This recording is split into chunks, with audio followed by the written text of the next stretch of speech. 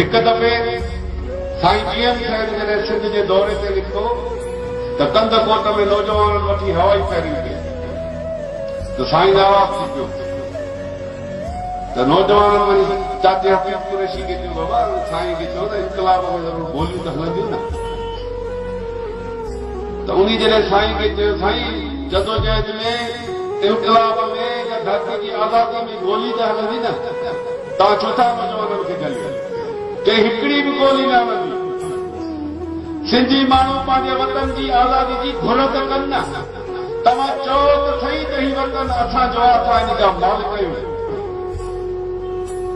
जेकॾहिं धरती जी मालिकी न कंदो त पोइ सिंध फुराए वेंदासीं पोइ सिंध असांजी न रहंदी छाकाणि त असांजो वजूद असांजो मुस्तक़बिल ख़तरे में पइजी चुको आहे उहो मुस्तक़बिल बचाइण चाहियो था त पोइ गॾिजी ताक़त जो मुज़ाहिरो कयो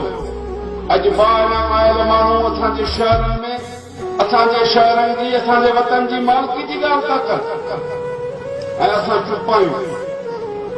हाणे इहा चुप वारो जेको तालो आहे न सिंध खे ख़तमु करणो पवंदो छो त अॼु सिंध जो हर गैरतमंद माण्हू ॼाणे थो त सिंध सां नाइंसाफ़ी आहे ज़्यादती आहे ज़ुल्म आहे ॾाढा हर माण्हू हारी नारी दुकानदार सूरत वापारी